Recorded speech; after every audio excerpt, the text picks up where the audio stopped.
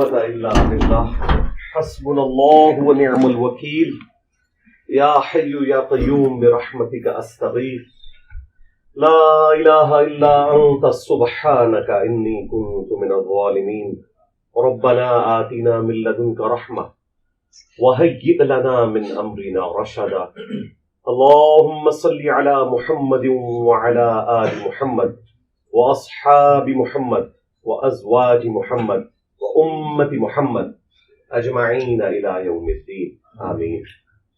الحمد لله رب العالمين والصلاة والسلام على سيد الأنبياء والمرسلين وعلى آله وأصحابه وأزواجه وأمته أجمعين إلى يوم الدين.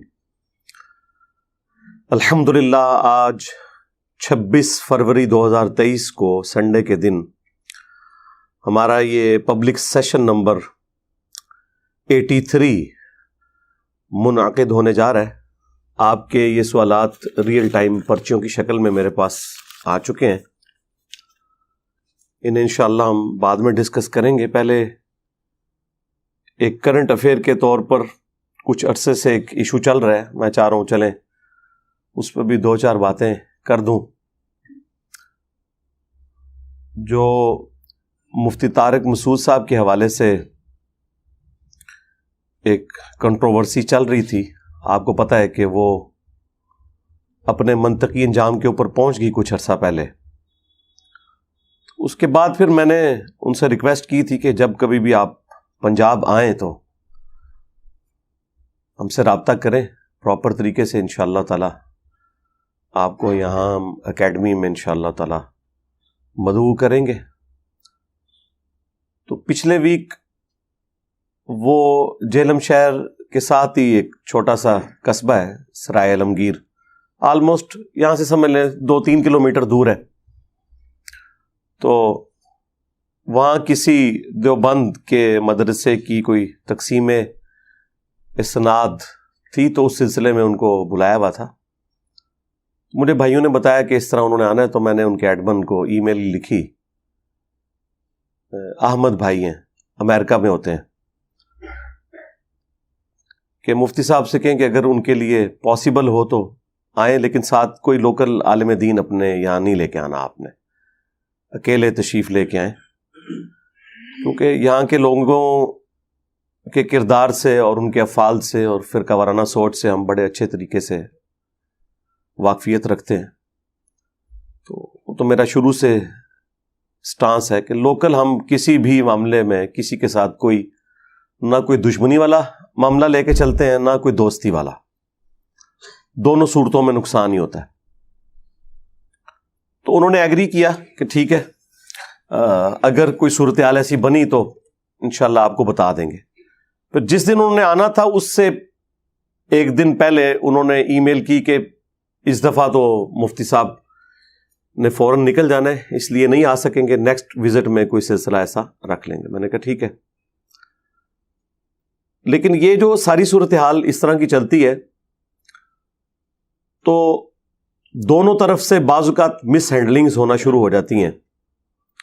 مثلا اب انہیں اپنے مکتب فکر کے علماء کو کلیریفیکیشن دینی پڑ رہی ہے، اور چند ایک ان کی آڈیوز بھی منظر عام پہ آئی ہیں. کوئی لیکڈ آڈیوز نہیں ہیں بلکہ واٹس ایپ کے آڈیو میسیجز ہیں جو یہاں کسی مولانا صاحب کو انہوں نے بھیجے، انہوں نے پکڑ کے ان کو نیٹ پہ چڑھا دیا. یقیناً اجازت سے ہی چڑھایا ہوگا کہ جی اگر میں اکیڈمی جاؤں بھی، یا ہماری جو صلح والا معاملہ ہے اس کا قطعاً کوئی یہ مقصد نہ سمجھے کہ ہم نے اپنے عقائد چھوڑ دیے ہیں، ہمارے وہی عقائد ہیں. اور یہ اپنی وہ کلیریفیکیشنز بیسیکلی دے رہے ہیں اپنے علماء کو. اس سے آپ اندازہ کریں کہ آپ ذرا سی اتحاد امت کے اوپر بات کریں تو جن لوگوں نے اپنی امپائرز کھڑی کی ہوئی ہیں ان کے کان کیسے کھڑے ہو جاتے ہیں. دوسری طرف امن کمیٹیوں کے نام کے اوپر، رمضان نشریات کے نام کے اوپر اور حکومتی دعوتوں کے اوپر یہ لوگ ایک جگہ جمع بھی ہوتے ہیں، ایک دوسرے کے ساتھ بڑے اچھے طریقے سے بیہیو بھی کرتے ہیں. صرف اسپیسیفکلی مجھے سنگل آؤٹ کرنا یہ میرے لیے تو کوئی نقصان دہ نہیں ہے. میرا تو ایسٹ ہے کہ میرے خلاف علماء بولیں. اس کی وجہ ہے کہ علماء کی عزت آج کی ینگ جنریشن میں کتنی ہے وہ آپ سب کو پتہ ہے. اور اس میں قصوروار نہیں ہوں. کوئی یہ سمجھے کہ میں نے لوگوں کے دلوں سے علماء کی عزت نکالی ہے، نہیں. یہ ان لوگوں کے اپنے سسٹم کی خرابی اور ان کی لیکڈ ویڈیوز اور ان کے جمعے کے خطبات، مختلف مکاتب فکر کے علماء کا جو ایٹیچیوڈ ہے اس نے یہ دن دکھایا ہے. یہ کوئی ایک دن میں نہیں ہے، یہ ڈیکیز کی گراوٹ ہے. اس کی وجہ سے لوگ عزت تو کوئی نہیں کرتے. آج کے دور میں کوئی شخص مذہب کے اوپر، دین کے اوپر بات کرے اور وہ دین کے اعتبار سے مخلص ہے اور بالکل ایک ایک چیز قرآن و سنت کے ریفرنس سے بیان کرے اور علماء اس کے خلاف بولیں، تو اس سے بڑی تو نعمت ہی کوئی نہیں ہے. کیونکہ پھر وہ عوام جو آلریڈی ان سے متنفر ہے وہ کہتی ہے دیکھ لو یہ لوگ اگر دین کے ساتھ مخلص ہوتے تو ایسا تو نہ کرتے. یہ ہر وقت ڈرتے رہتے ہیں اپنے کمپیٹیٹر سے. ان کو ہر وقت یہ ڈر لگا رہتا ہے کہ ہمیں کو پیچھے نہ چھوڑ جائے. ایک طرف ان لوگوں کا حال دیکھیں کہ فخریہ بتاتے ہیں کہ فلاں غیر مسلم نے نبی صلی اللہ علیہ وآلہ وسلم کے بارے میں یہ کتاب لکھی ہے اور اس نے بتایا ہے کہ نبی صلی اللہ علیہ وآلہ وسلم اس پلانٹ ارتھ پہ سب سے کامیاب شخصیت ہیں اور ان کے کردار کی جو خوبیاں ہیں وہ اس نے یوں گنوائی ہیں. اس وقت ان سے کوئی نہیں پوچھتا کہ وہ تو کافر ہے. نہ اس کے پاس دیوبند کی ڈگری، نہ اس کے پاس کوئی بریلوی کی ڈگری، نہ اس کے پاس کسی اہل حدیث کی ڈگری، نہ شیعہ کی ڈگری، اور تم فخریہ بتا رہے ہو کہ اس نے کیا کمال کتاب لکھی ہے. تو اس کے پاس ڈگری تو ہے ہی نہیں ہے. کیوں تعریف کرتے ہیں؟ وہ جینون تعریف کر رہے ہوتے ہیں. انہیں پتا ہوتا ہے کہ یار ڈگری ہے یا نہیں ہے، کمال کی بات کی ہے تو ہمارے مسلمان بھی نہیں لکھ سکے. اور یہ اظہار وہ اس لیے کر لیتے ہیں کہ وہ ان کا کمپٹیٹر نہیں ہوتا، کیونکہ اس نے کولانا سے مدرسہ کھول کے پیرلل میں چندہ بک تو نہیں لانچ کرنی نا، اس لیے ان کو ان سے کوئی خطرہ نہیں ہوتا. البتہ اگر خود اسلام میں ریلیجن کے طور پر ایک مسلمان اٹھ کے کوئی بات کرتا ہے تو وہ فوراً ان کے کان کھڑے ہوتے ہیں، کیونکہ ان کو پتا ہوتا ہے کہ ان کے بزرگوں نے بھی سٹارٹ ایسے ہی لیا تھا. پہلے مشہور ہوئے، پھر ایک مدرسہ بنایا، پھر ایک چندہ بک بنائی، پھر اپنا ایک بورڈ لانچ کیا، پھر اپنے علماء کریٹ کیے، پھر مدارس کا ایک پورا نیٹ ورک قائم کیا اور پھر ایک پورا فرقہ کھڑا ہو گیا، خواہ وہ دیوبند کا ہو، خواہ بریلویوں کا ہو، خواہ اہل حدیث کا یا شیعہ کا. اب چونکہ ان کے بزرگوں نے اسی طریقے سے اپنی امپائرز کھڑی کی ہیں تو یہ ہر ایک بندے کے بارے میں سمجھتے ہیں کہ وہ بھی یہی کچھ کرے گا. تو کسی حد تک میرا خیال ہے ان کی سوچ جسٹیفائی ہے. ہم یہ کہتے ہیں کہ یہ آپ کے سوچنے کا انداز بالکل درست ہے، لیکن یہ ذرا لوگوں کو بتائیں کہ ایسے کیوں سوچتے ہیں آپ، کہ آپ کے بڑوں نے اسی طریقے سے کام ڈالا تھا اس لیے ایسا سوچتے ہیں. وہ کہتے ہیں ایسا ہو نہیں سکتا کہ کوئی بندہ اس طرح کا بھی ہو کہ نہ وہ فرقہ لانچ کرے، نہ وہ مسجد بنائے، نہ مدرسہ بنائے، نہ چندہ بک بنائے، الٹا اپنی جیب سے کھلائے. یہ ہو نہیں سکتا. میں بھی ویسے آپ کے ساتھ ایگری کرتا ہوں، ایسا ہو نہیں سکتا، لیکن ہو گیا جائے. ہاں اور اینڈ ریزلٹ آپ کے سامنے ہے. نہیں آگے چل کے دیکھیں گے وہ کتنا آگے ٹرنا جائے یار. 14 سال ہو گئے نے. نہیں آلے تو دیکھو نا، پتہ نہیں کیا کرے آگے جا کے. یہ پوری زندگی ان کے بڑے علماء مولانا مودودی رحمہ اللہ تعالی کو کیا کیا گالیاں دیتے رہے، یہاں تک کہا کہ عنقریب اس نے دعوی نبوت کر دینا. نعوذ باللہ. مودودی صاحب کے اسٹوڈنٹس ان کو کہتے تھے سر کوئی جواب دیں. انہوں نے کہا کہ میں دعوی نبوت کیے بغیر دنیا سے چلا جاؤں گا اور مر کے انہیں جواب دوں گا. اللہ اکبر. سرکار آج مولانا مودودی رحمہ اللہ کو 44 سال ہو چکے ہیں آلموسٹ دنیا سے گئے ہوئے. 1979 میں ان کی ڈیتھ ہوئی تھی. ان 44 سالوں میں تمام مکاتب فکر کا کوئی ایک حق گو عالم بھی پیدا نہیں ہوا جس نے اپنے ان بڑے بزرگوں کے گناہوں کی معافی عوام سے مانگی ہو جو مودودی صاحب کے اوپر یہ جھوٹا الزام لگاتے تھے کہ یہ دعوی نبوت کر کے مرے گا. کم از کم اتنی حیا تو کر لیتے. توفیق ہی نہیں ہوئی, اللہ کی طرف سے توفیق نہیں ملی نا. یہ اس بات کا ثبوت ہے کہ اللہ تعالیٰ نے اس پورے کے پورے طبقے سے ہی اپنا ہاتھ اٹھا لیا ہوا ہے, ورنہ انہیں توفیق ملتی نا. اب تو پریکٹیکلی ثابت ہو گیا نا, لیکن نہیں. اور دوسری طرف مودودی صاحب کو اللہ نے کیا عزت دی ہے؟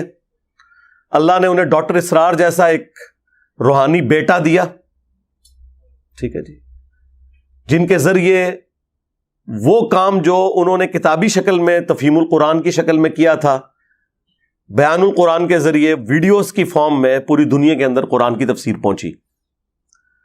اللہ تعالیٰ نے انہیں ایک روحانی بیٹی دے دی جو ان کے جماعت کے ایک رکن سرگودا کے جو امیر تھے جماعت اسلامی کے, ان کی بیٹی ڈاکٹر فرد ہاشمی. اس ایک بیٹی نے قرآن کی دعوت پوری دنیا کے اندر عام کر دی. تو مودودی صاحب کا فیض تو ماشاءاللہ دنیا میں نظر آ رہا ہے. مجھے تو کسی پرانے بزرگ کا بھی فیض نظر نہیں آ رہا اس فارم کے اندر جو اس طریقے سے مودودی صاحب کا. ڈاکٹر ابو امینہ بلال فلپس جو امریکن سٹیزن تھے, کرسچن تھے, پھر ایتھیسٹ ہو گئے, الٹیمیٹلی مودودی صاحب کا ایک چھوٹا سا کتابچہ انہوں نے پڑھا فائنینشل سسٹم آف اسلام کے اوپر, وہ مسلمان ہوئے.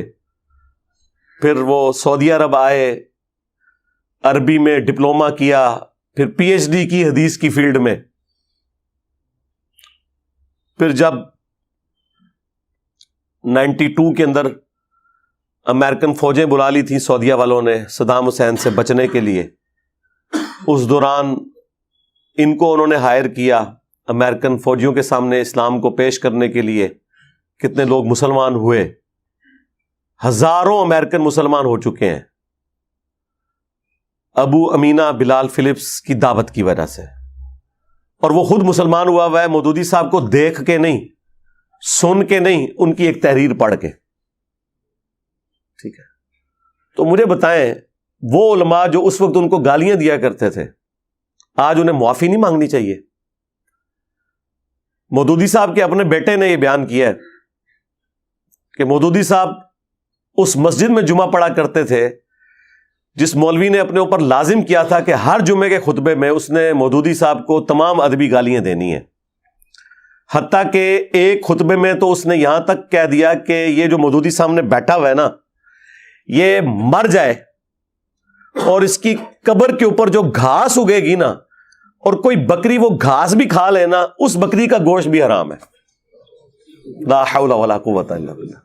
اس لیول کا بغض اور زہر ایک مولوی کے اندر ہی ہو سکتا ہے. یقین کریں یہ کسی دنیا دار میں بھی نہیں ہوتا. کدھر اس کا دماغ جاتا ہے؟ تو وہ بیٹا کہتا ہے میں تو گھر آ کے ناراض ہوا. میں نے کہا جی اماں جان, نہ تو میں نے جمعہ وہاں پڑھنا ہے نہ ابا جی کو جانے دینا ہے. تو مودودی صاحب وہی ٹھنڈی طبیعت, انہوں نے کہا بیٹا اس سے کیا فرق پڑتا ہے. آج اس مولوی کا نام مجھے بھی نہیں پتا, ٹھیک ہے جی, نہ اس کی مسجد کا کوئی تعارف ہے. بس یہ مثال تھوڑی سخت ہے لیکن سمجھانے کے لیے کہ ابو جہل کا تعارف آج رسول اللہ کی وجہ سے ہے صلی اللہ علیہ وآلہ وسلم, اور اس مجہول یعنی ان نون مولوی کا تعارف مودودی صاحب کی وجہ سے ہے. اس سے زیادہ اس کی کوئی اہمیت نہیں ہے ہمارے لیے. That's all. کیا فرق پڑتا ہے؟ تو اس طرح کے جو جھوٹے الزامات لگاتے ہیں اپنے اوپر خود غور کیا کریں. جب یہ مجھے قادیانی کہہ رہے ہوتے ہیں تو انہیں شرم نہیں آتی ہے کہ جن کے بزرگوں نے اشرف علی رسول اللہ کلمے کو انڈورس کیا ہو, چشتی رسول اللہ کلمے کو پرنٹ کیا ہو, اس کو انڈورس کیا ہو, اور جو شخص ان غلطیوں کے اوپر بھی عوام الناس کو مطلع کرے اور ختم نبوت کے اوپر کام کرے, صرف اینٹی قادیانی کام نہ کرے, اس کے اوپر قادیانی ہونے کا الزام اور بڑے دبنگ انداز میں لگاتے ہیں اعتماد کے ساتھ. تو اس کا مجھے تو کوئی نقصان نہیں ہوا. جو بھی بندہ ویڈیو دیکھتا ہے اسے پتہ چل جاتا ہے کہ یار یہ تو بات ٹھیک کر رہا ہے. ہمارا تعارف ہی مخالفین کی وجہ سے ہوا ہے زیادہ. ہمارے پاس تو کوئی چندہ بک نہیں تھی, نہ کوئی مدرسہ تھا, نہ مسجد تھی کہ جس میں ہم ہر کارے بھیج کے تو اناؤنسمنٹ کرواتے. مجھے تو کسی مسجد میں کوئی درس بھی نہ دینے دے, ٹھیک ہے, تو مجھے کیا فرق پڑتا ہے. تو اس طرح کی جو حرکتیں کرتے ہیں نا, چونکہ ان کے بڑوں نے اسی طریقے سے کام ڈالا ہوا ہے, وہ یہ سمجھتے ہیں کہ یہ بھی یہ کچھ کرے گا. اس کے لیے پھر جب کبھی بھی کوئی اتحاد امت کے حوالے سے بات ہوتی ہے تو فوراً یہ بیچ میں نا ٹانگ اڑانے کی کوشش کرتے ہیں. وہ اپنی عادت سے مجبور ہیں, یہ ان کے جینز کے اندر چیزیں گھس چکی ہوئی ہیں, کیونکہ انہیں پتہ ہے کہ ان کے بڑوں نے اسی طریقے سے اسٹارٹ لے کے تو اتنی بڑی بڑی امپائرز کھڑی کی ہیں, اور آگے یہ سلسلہ ان کی آؤٹ لیٹس چل پڑی. اب ان کو یہ غم جاتا ہی نہیں ہے کہ یار یہ کیسے ہو جائے کہ ایک بندہ خود لگا رہا ہے لے کے نہیں کھا رہا کسی سے, یہ کیسے ہو گیا. یہ تو اس سسٹم میں کبھی ہوا ہی نہیں ہے. جی نیا فرقہ لانچ کر دیا, اچھا سرکار مان لیا, نیا فرقہ لانچ کیا ہے, ذرا اس فرقے کی مسجد بتائیں کدھر ہے. نہیں جی مسجد تو کوئی نہیں ہے جی. اچھا کوئی مدرسہ, نہیں جی مدرسہ بھی کوئی نہیں ہے جی. کوئی چندہ بک, نہیں جی چندہ بک بھی کوئی نہیں. کوئی پیری مریدی کا سسٹم, نہیں وہ بھی کوئی نہیں ہے. تو یار یہی کچھ ہی ہوتا ہے نا یار کسی فرقے کو لانچ کرنے کے لیے. اچھا کوئی ٹیکسٹ بک جس میں یہ بتایا گیا ہو کہ باقی سارے فرقے جہنم میں جائیں گے اور یہ جنت میں جائے گا, نہیں وہ تو کہتا ہے سارے ہی جنت میں جائیں گے اپنے اپنے عذابات کو بھگت کے. اچھا اس نے کوئی فتویٰ دیا ہو کہ فلاں کے پیچھے نماز ہوتی ہے فلاں کے پیچھے نہیں وہ تو یہ کہتا ہے کہ ساروں کے پیچھے ہو جاتی ہے. تو ماموں پارٹی, ہاں اس سے بہتر کوئی ادبی طریقہ ہی نہیں ہے تمہیں مخاطب کرنے کا. اتنی باطل تعویلات وہی لوگ کر سکتے ہیں کہ جن کی نسبت ان لوگوں کے ساتھ ہو. تو ماموں پارٹی جب کوئی بھی نٹوریس چیز موجود نہیں اس بندے میں, پھر جان بوجھ کے اسے اسی کیٹیگری میں فال کروا رہے ہو جس گند کے اندر تمہارے بڑے رہے ہیں, تو شیم آن یو. اس سے زیادہ میں کیا کہوں گا. اور پھر دیکھیں آپس میں ان کا اتفاق اور اتحاد ہمارے اس پلیٹ فارم کی برکت سے کیسا ہوا ہے کہ کچھ عرصہ پہلے تو حسام الحرمین اور المحند اور البریلویہ, ان کتابوں کو آپ دیکھیں یہ ایک دوسرے کو اسلام سے باہر نکالے ہوئے تھے. اعلیٰ حضرت نے لکھا کہ ان کے کفر میں شک کرنے والا بھی کافر ہے. حسام الحرمین میں دیوبند کے بارے میں, اہل حدیث کے بارے میں چوتھا فرقہ وہابیہ شیطانیہ. دیکھیں ذرا کیسے کیسے نام رکھتے ہیں. اور یہ بڑے اس شیطان لعین کے فالوور ہیں جس طرح کے روافظ شیطان اتاق کے فالوور ہیں. اور جواب میں المحند میں انہوں نے لکھا کہ احمد بریلوی ان کی جماعت ایک شیطانی لشکر ہے جو ہم پہ حملہ آور ہوا. اور وہابیوں کے بارے میں لکھا یہ خوارج کی ایک جماعت ہے. آج دیکھ لیں ایک دوسرے کو مفتی صاحب, علامہ صاحب, حافظہ اللہ, فلاں فلاں کہہ کے ایک دوسرے کے سٹیجز پہ جا رہے ہیں. یہ سارا کریڈٹ اگر کسی ناچیز کو جاتا ہے نا تو وہ میں ہوں. مجھ سے پہلے تو کبھی انہوں نے سوچا تھا, آپ نے سوچا تھا کہ دیوبند کو مدعو کیا جائے اہل حدیث کے سٹیجز سے. اہل حدیث تو دیوبند کو مشرک سمجھتے ہیں تقلید کی وجہ سے, اور دیوبندی بریلوی تو انہیں ملکہ وکٹوریہ کی پیداوار سمجھتے ہیں. آج ایک دوسرے کے چینلز پہ ویڈیوز شیئر ہوتی ہیں. تو یار یہ اتحاد امت تو ہم نے الحمدللہ انڈائریکٹلی کروا دیا ہے. اب میں لاجیکلی بات کروں گا, ہمارے اس پلیٹ فارم میں کون سی ایسی خرابی ہے کہ جس کی انٹینسٹی تمہارے فرقوں کی گمراہیوں سے بڑھ کے ہو. کوئی ایک بات ایسی بتا دو. مثلا بریلویوں کو اگر مجھ سے کوئی شکایت ہے تو مجھے یہ بتائیں کہ میرے اندر کون سا ایسا جرم ہے جو دیوبند اور اہل حدیث سے بھی بڑھ گیا ہوا ہے, جس کی وجہ سے میں زیادہ مردود ہوں. میں تو تمہارے امام کو اعلی حضرت کہتا ہوں. انہوں نے کبھی اعلی حضرت کہا؟ یہ فرق دیکھا آپ نے؟ میں نے جب بھی کہا اعلی حضرت امام احمد رضا بریلوی صاحب کے بغیر میں نے بولا نہیں. تو پھر اب تمہیں مسئلہ کیا ہے؟ دیوبند کو کیا تکلیف ہے؟ میرے اندر کون سی ایسی خرابی موجود ہے جو بریلویوں سے بھی گئی گزری ہے؟ کوئی بتائیں. ریشو پروپورشن کے اعتبار سے. اور ریشو پروپورشن یہ ہوگی سب سے پہلے اللہ تعالی کی ذات، کہ اللہ کے ساتھ جو آپ کی کمٹمنٹ ہے عقیدہ توحید کے حوالے سے، اخلاص کے حوالے سے، وہ بتائیں اس میں کہاں آپ کو ہم میں ایسا نقص نظر آیا ہے تو ہم اپنی غلطی کی اصلاح کریں گے. کل تک تو اہل حدیث کہتے تھے کہ جی توحید جس کی ٹھیک ہے نا باقی ساری چیزیں ٹالریٹ کریں گے. تو اہل حدیثوں سے میں پوچھوں گا کہ تمہاری توحید بھی اتنی مضبوط نہیں ہے جتنی ہماری اور ہمارے اسٹوڈنٹس کی ہے.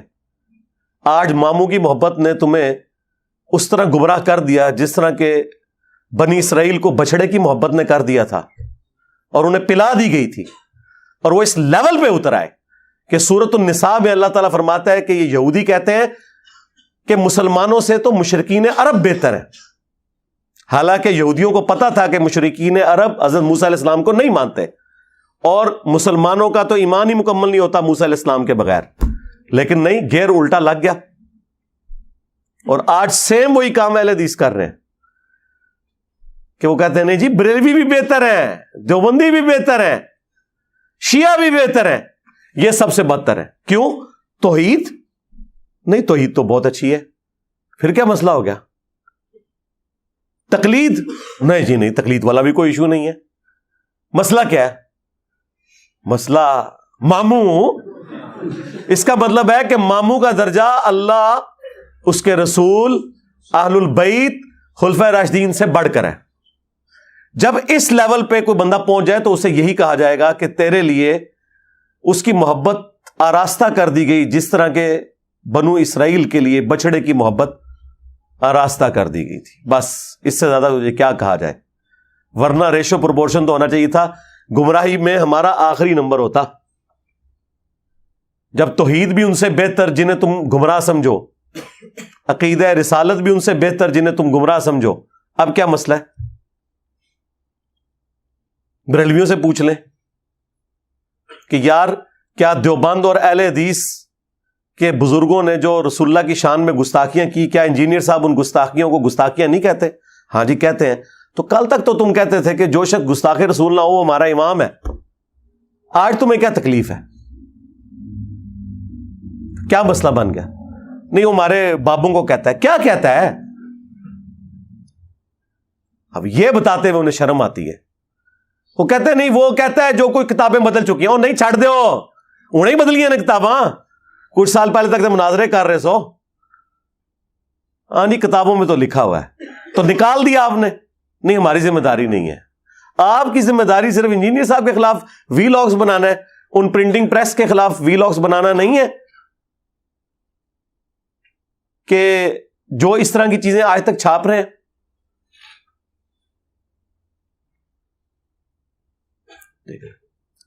اچھا یہ ساری باتیں میں کوئی کسی سے ہمدردی سمیٹنے کے لیے بالکل نہیں کرتا ہوں، اللہ کا شکر ہے.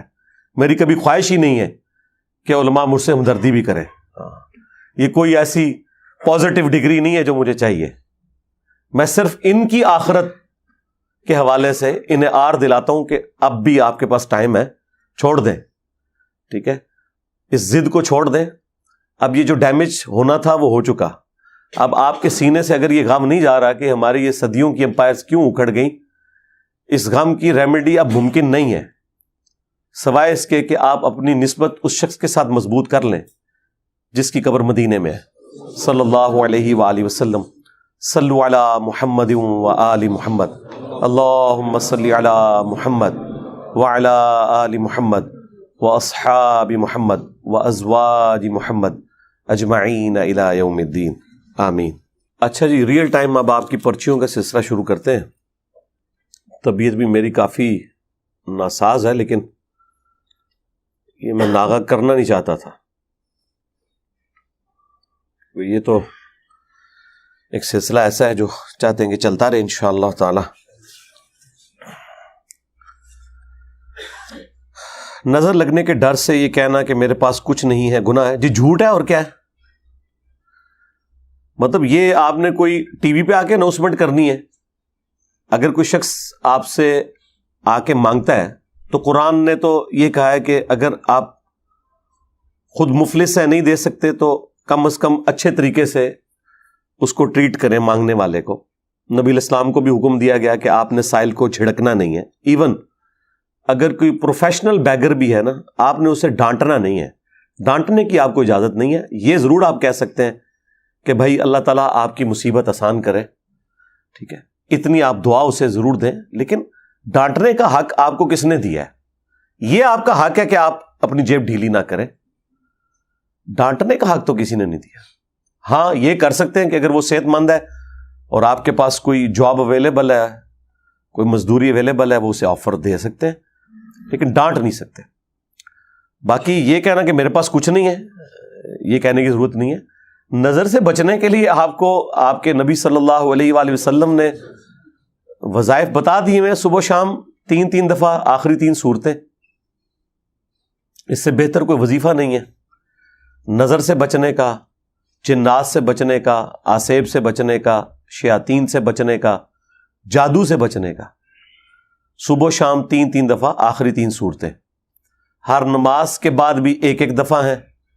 ابو داؤد ترمذی کے اندر موجود ہے، اور بخاری مسلم میں آیا کہ رات کو سونے سے پہلے 3 دفعہ پڑھ کے اپنے جسم پہ پھونکنا. اور مسلم شریف میں تو یہاں تک آیا نبی علیہ السلام کہ گھر والوں میں جب کوئی بیمار ہو جاتا تو آخری 3 سورتیں پڑھ کے دم کیا کرتے تھے. اور یہ بہترین ہے نظر بد سے بچنے کے لیے. برصغیر میں دین اسلام کو پھیلانے میں اولیاء کرام اور بزرگان دین کا کوئی ہاتھ نہیں ہے. نہیں، کیوں نہیں ہے؟ بالکل ہے. یہ تو ان سے اختلاف ہی نہیں ہے کہ انہوں نے کلمہ پڑھایا یا نہیں پڑھایا. یہ تو اللہ تعالیٰ کی سنت ہے کہ فاسق سے بھی دین کا کام لے لیتا ہے. کسی کو کلمہ پڑھانا اس بات کا بالکل ثبوت نہیں ہے کہ یہ اس کی بزرگی کی علامت ہے. اب یہ ایبسولوٹ میں جملہ بولوں تو جن لوگوں کی عقیدت بزرگوں سے وابستہ ہے وہ تو کہیں گے یار دیکھو یہ کتنی بڑی عجیب بات کر رہا ہے. تو ابھی ان کو میں ٹیسٹر لگا کے چیک کر لیتا ہوں. ڈاکٹر ذاکر نائک نے سینکڑوں ہندوؤں کو کیمرے میں کلمہ پڑھایا ہے. تو کیا کوئی بریلوی ماننے کے لیے تیار ہے کہ ڈاکٹر ذاکر نائک بھی سلطان الہند ہے؟ آیا نہ داڑ تھلے. وہاں کیا کہیں گے؟ نہیں، وہ بخاری مسلم میں حدیث ہے کہ اللہ تعالیٰ فاسق سے بھی دین کا کام لے لیتا ہے. جی جی جی جی جی بالکل بالکل صحیح کہہ رہے ہیں. یعنی جو کرائٹیریا آپ نے اپنے لیے سیٹ کیا ہوا ہے، جب دوسرا کوئی شخص آتا ہے تو آپ اپنا وہ معیار ہی بدل لیتے ہیں.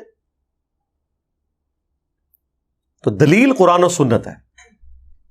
اس سے بھی بڑھ کر جرمنی میں کتنے جرمن ہیں جنہیں قادیانیوں نے کلمہ پڑھایا ہے، اور سو کالڈ جو وہ اسلام سمجھتے ہیں اس اسلام میں انہوں نے داخل کیا ہے. تو یہ لوگ مان لیں گے؟ نہیں. تو یہاں پہ حنفی صوفی بزرگوں نے حنفیت پھیلائی اسلام کے اندر ایک فرقے کے طور پر. بالکل اس میں کون سے شک والی بات ہے.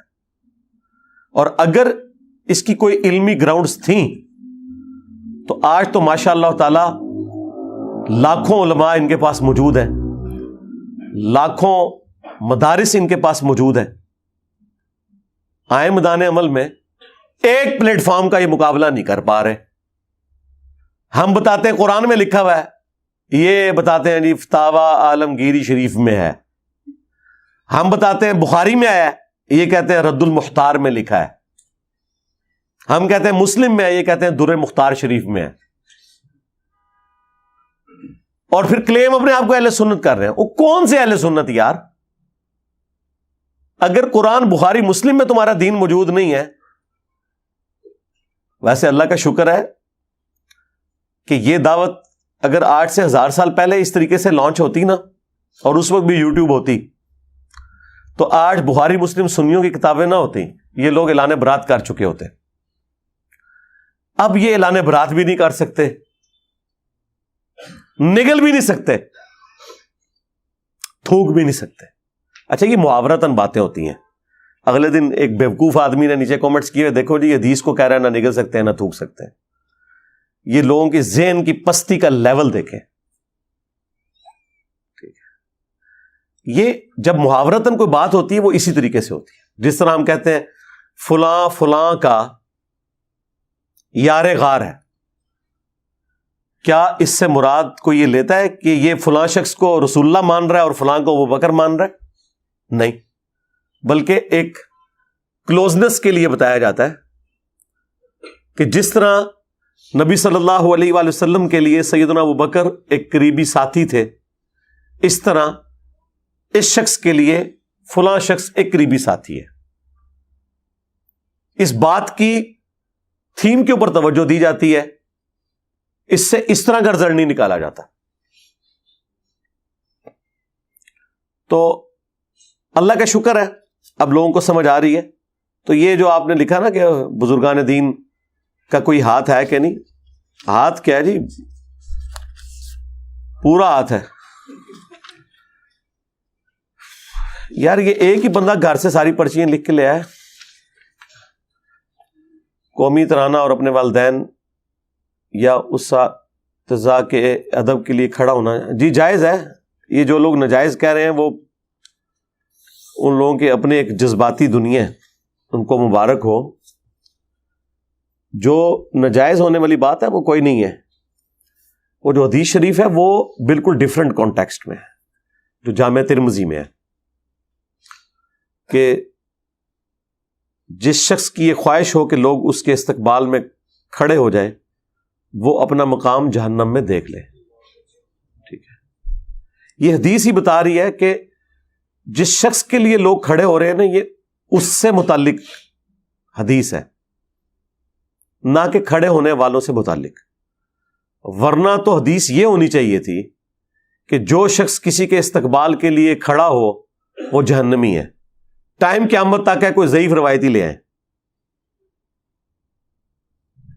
تو اس کا مطلب یہ بتایا جا رہا ہے کہ جو وہ شخص ہے نا وہ اپنے اندر تکبر نہ پیدا کرے. ویسے اسے کوئی پروٹوکول دینا چاہتا ہے وہ لوگوں کا رائٹ ہے. جامع ترمذی میں ایک اور حدیث ہے, انس بن مالک کہتے ہیں کہ ایک شخص ہم میں آتا تھا جو ہمیں سب سے بڑھ کر محبوب تھا, لیکن ہم کبھی بھی ان کے استقبال کے لیے کھڑے نہیں ہوئے کیونکہ وہ اس بات کو ناپسند فرماتے تھے, اور وہ اللہ کے رسول تھے صلی اللہ علیہ وآلہ وسلم.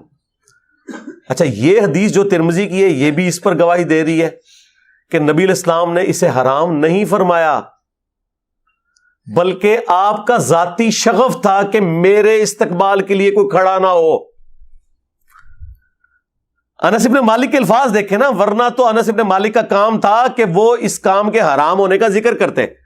وہ کہتے ہیں کہ اتنا بڑا شخص آتا تھا ہم کھڑے نہیں ہوتے تھے, یعنی ان کا دل کر رہا ہے کھڑے ہونے کو. اور پھر ریزن کیا بتا رہے ہیں کہ وہ اپنے حق میں اسے ناپسند فرماتے تھے. مراد یہ کہ نبی صلی اللہ علیہ وآلہ وسلم نے اسے شریعت کے طور پر حرام نہیں فرمایا, بلکہ اپنی ذات کے اعتبار سے. وہ تو میں بھی کرتا ہوں, میرے استقبال کے لیے کوئی یہاں کھڑا نہیں ہوتا, وہ کھڑا ہونے کی کوشش بھی کرے اسے بٹھا دیتے ہیں. لیکن مجھے کوئی ملنے آتا ہے میں کھڑے ہو کے استقبال کرتا ہوں. ماں باپ آ جائیں کھڑا ہو سکتا ہوں تو کھڑا ہو جاتا ہوں, ٹیچر آ جائیں رسپیکٹ دیتا ہوں. بلکہ میں آپ کو بتاؤں گیم الٹ سکتی ہے اگر کوئی شخص کسی بڑے آدمی کے لیے جو واقعی جس کی وہ دل سے عزت کرتا ہے وہ کھڑا نہیں ہو رہا نا, این ممکن ہے کہ جو نہیں کھڑا ہو رہا اس کے اندر شیطان گھس گیا ہو تکبر کا کہ میں نہیں کھلوندا. یہ بھی ذرا ذہن میں دیکھیں. یعنی میں اپنے حق میں یہ سمجھتا ہوں کہ میرے سامنے کوئی بندہ ایسا آئے جس کی رسپیکٹ ہے ریلیجن کے پوائنٹ آف ویو سے, اور میں کھڑے ہو کر اس کا استقبال نہ کروں تو میں یہ سمجھوں گا کہ میرے اندر شیطان گھس گیا کہ میں اسے ڈیو رسپیکٹ نہیں دینا چاہتا. میں نے ہر وہ کام کرنا ہے جس سے میں اپنے اندر چھپے ہوئے شیطان کو ڈیگریڈ کر سکوں. تو اس کا طریقہ یہ ہے کہ مجھے رسپیکٹ دینی ہے. غامدی صاحب کے آئے داماد حسن الیاس بھائی، نہ صرف میں نے کھڑے ہو کے انہیں ریسیو کیا بلکہ اپنی جو مین چیئر تھی اس کے اوپر ان کو بٹھایا، خود سائڈ پہ بیٹھا. کیا فرق پڑ گیا؟ صرف اس لیے کہ مجھے کہیں یہ خیال نہ آئے کہ میں کوئی بہت بڑی چیز ہوں. تو اندر کی میں مارتے مارتے یہ نہ ہو کہ سب سے بڑی میں آپ کے اندر ہو جائے، میں نے ایسے کھلونا ہی نہیں جی. یہ آپ کیا میسج دے رہے ہیں کسی کو؟ رہا اس کا معاملہ تو آپ کے پاس کون سا تھرمامیٹر ہے چیک کرنے کا کہ اس کے دل کے اندر یہ تمنا ہے کہ لوگ اس کے لیے کھڑے ہوں؟ نہیں ہے نا. تو آپ ڈیو رسپیکٹ دیں اپنے ٹیچرز کو بھی، علماء کو بھی، جن سے آپ دین سیکھتے ہیں، یا آپ ان سے کالج اور یونیورسٹی کی تعلیم حاصل کرتے ہیں، یا آپ کے ماں باپ ہیں، یا آپ سے عمر میں بڑے ہیں. اس میں کوئی عیب والی بات نہیں ہے. کن چیزوں میں امت کو الجھا دیا ہے یہ بعض لوگوں نے، میں بڑا حیران ہوتا ہوں. اس کے اندر یعنی شرک کو داخل کر دیا. بھائی یار خدا کے لیے اللہ سے ڈر جاؤ. یہ تو الٹا آپ کے اندر تکبر آیا ہوا ہے. صحیح مسلم میں حدیث ہے، جس کے دل میں رائی کے دانے کے برابر بھی تکبر ہوا نا، وہ جنت میں نہیں جائے گا. جی. تو صحابہ نے عرض کیا اللہ کے رسول، بعض اوقات ہماری خواہش ہوتی ہے کہ ہمارے کپڑے اچھے ہوں، جوتیاں اچھی ہوں، گیٹ اپ اچھا ہو، کیا یہ بھی تکبر ہے؟ تو آپ نے فرمایا یہ تکبر نہیں ہے. اللہ بھی خوبصورت ہے اور خوبصورتی کو پسند فرماتا ہے. تکبر یہ ہے کہ تم حق بات سے اناد کرو، یعنی دل نے گواہی دے دی نا یہ بات ٹھیک ہے، پھر بھی تم نہ مانو. واقعی اس سے بڑا تو تکبر ہو ہی نہیں سکتا نا، کہ قرآن و سنت کی کوئی بات آ جائے اور بندہ کہ میں نے نہیں ماننی. اور اللہ کے فضل سے، بلکہ کہنا چاہیے اللہ کے غضب سے، دیندار طبقے میں یہ بات پائی جاتی ہے کہ آپ اسے بخاری مسلم سے نماز کا طریقہ بھی بتا دیں، کیسا تکبر اس کے اندر جھلکتا ہے. اس نے نہیں رفع الیدین پھر بھی شروع کرنا، تیرے ہوتے جنم لیا ہوتا، رفع الیدین پھر بھی نہیں سی تو کرنا. اسے دکھا دیں ایاک نعبد و ایاک نستعین، اس نے پھر بھی بابوں کو ہی پکارنا ہے. یہ تکبر. تو فرمایا تکبر یہ ہے کہ تم حق بات سے اناد کرو اور دوسروں کو حقیر جانو. دوسروں کو حقیر جاننے میں تو یہ ہو سکتا ہے نا کہ جب آپ کسی کو پروٹوکول نہ دیں تو ایک لمحے کے لیے آپ کے دل میں یہ گمان آ جائے کہ میں ایسے بہتر ہوں، بس گئے تو اسی اس گل نو لے کے بیٹھے رہو، تعظیم کے لیے کھڑا نہیں ہونا چاہیے. تو گیا، تیرے اندر شیطان وڑ گیا جڑا نہیں کھلوتا. تو کھلو جائے گا تو ایمان بچا لے گا. اور وہ تو مسئلہ ہی تیرا جعلی ہے نا کہ تعظیم کے لیے کھڑا نہیں ہوا جا سکتا. تو نے تعظیم کے لیے کھڑے نہ ہو کے اپنے اندر بیٹھے ہوئے شیطان کو ایکسپوز کر لیا ہے کہ سب سے بڑا شیطان تو ہے. تیرے اندر اتنا تکبر ہے کہ تو کسی کو اتنا پروٹوکول دینے کے لیے تیار نہیں. دوسری طرف تو آپ کو بتاتے ہیں کہ سیدہ فاطمہ جب آتی ہیں حضور کھڑے ہو جاتا ہے ان کے استقبال کے لیے، چادر بچھا دیتے، مرحبا پیاری بیٹی، بوسہ دیتے، سب کچھ. یار یہ نارمز ہوتی ہیں. یہ کون سا دین تم لوگ سکھا رہے ہو آ کے؟ اکثر مجھے بھی لوگ بھیجتے رہتے ہیں جو ڈاکٹر سرار صاحب نے، یار ڈاکٹر سرار صاحب نے کہہ دیا تو بس اللہ تعالیٰ ان کی غلطی سے درگزر فرمائے. ٹھیک ہے، غلطی کسی کو بھی لگ سکتی ہے. بخاری مسلم دونوں میں حدیث ہے، سعد ابن معاذ رضی اللہ تعالیٰ عنہ اوس کے سردار تھے. یہ دو ڈومیننٹ بندے ہیں سعد نام کے، انصار مدینہ میں سے، سعد ابن معاذ اور سعد ابن عبادہ. سعد ابن معاذ اوس کے سردار اور سعد ابن عبادہ خزرج کے سردار. ان دونوں کی وجہ سے ہی اسلام پھر پھیلا ہے. تو سعد ابن معاذ کو غزوہ خندق کے موقع پر ایک تیر لگا ان کے گھٹنے میں، زخم لگ گیا ان کو. پھر انہوں نے دعا بھی کی تھی کہ اے اللہ اگر مشرکین عرب سے کوئی جنگ اب باقی نہیں ہے نا نبی علیہ السلام کی، اور عرب کی سرزمین میں آپ کا غلبہ ہو چکا، تو اسی زخم سے مجھے شہادت کی موت دے دینا. اور وہ ان کا زخم پھر دوبارہ سے کھل گیا اور وہ شہید ہو گئے اس میں. کیونکہ خندق کے موقع پر ہی بخاری میں آتا ہے حضور نے یہ کہہ دیا تھا کہ یہ آخری دفعہ مشرکین عرب آئے ہیں اب یہاں، اب تم ان پہ چڑھائی کرو گے. اور وہی ہوا کہ دیکھیں نا، اس سے پہلے وہ بدر میں آئے، احد میں آئے، خندق میں آئے، لیکن اس کے بعد نبی علیہ السلام ہی گئے. پہلی دفعہ تو صلح حدیبیہ ہو گئی اور اس کے بعد پھر فتح مکہ ہوئی. تو اب جب ان کے گھٹنے پہ تیر لگا ہوا تھا، بنو قریظہ کا فیصلہ کر کے وہ جب واپس آئے، وہ اپنے گدھے پہ سوار تھے، تو نبی علیہ السلام نے ان کے قبیلے کے لوگوں سے فرمایا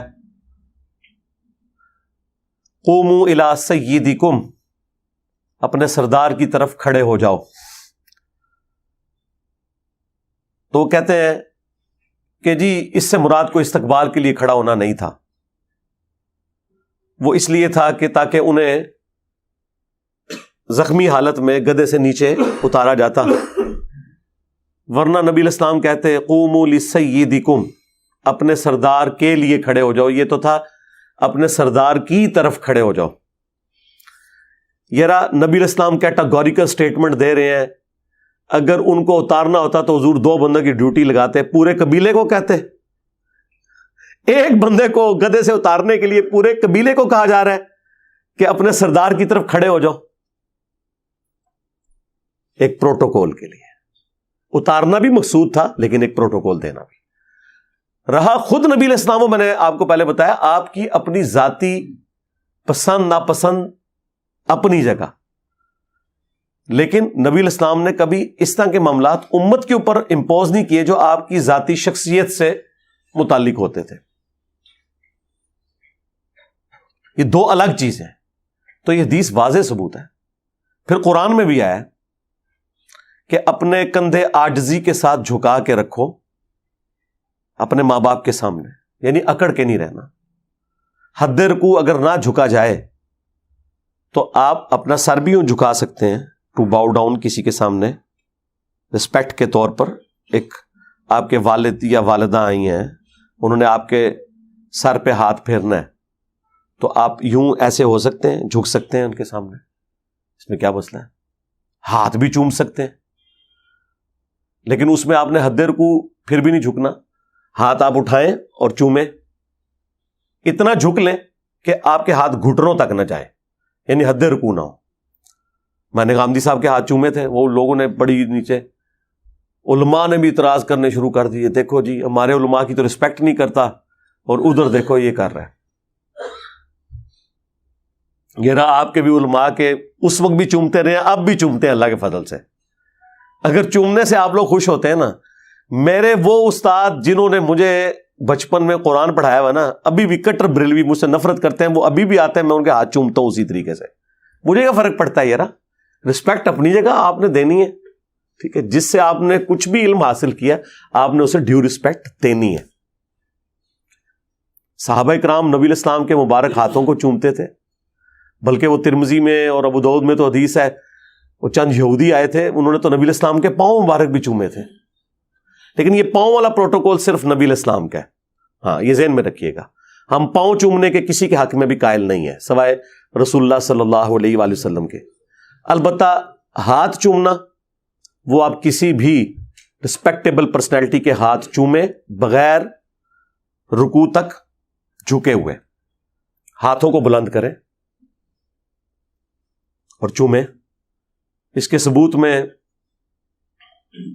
وہ حدیث موجود ہے الادب المفرد کے اندر. امام بخاری نے الگ سے آداب کے اوپر ایک کتاب لکھی ہے الادب المفرد. اس میں وہ لے کے آئیں کہ سلمہ ابن اکوا رضی اللہ تعالیٰ عنہ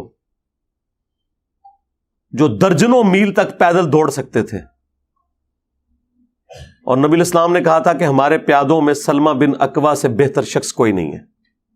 جس طرح وہ آج کل آپ وہ ریڈ انڈینز کو یا افریقنز کو دیکھتے ہیں نا، تھکتے ہی نہیں ہے.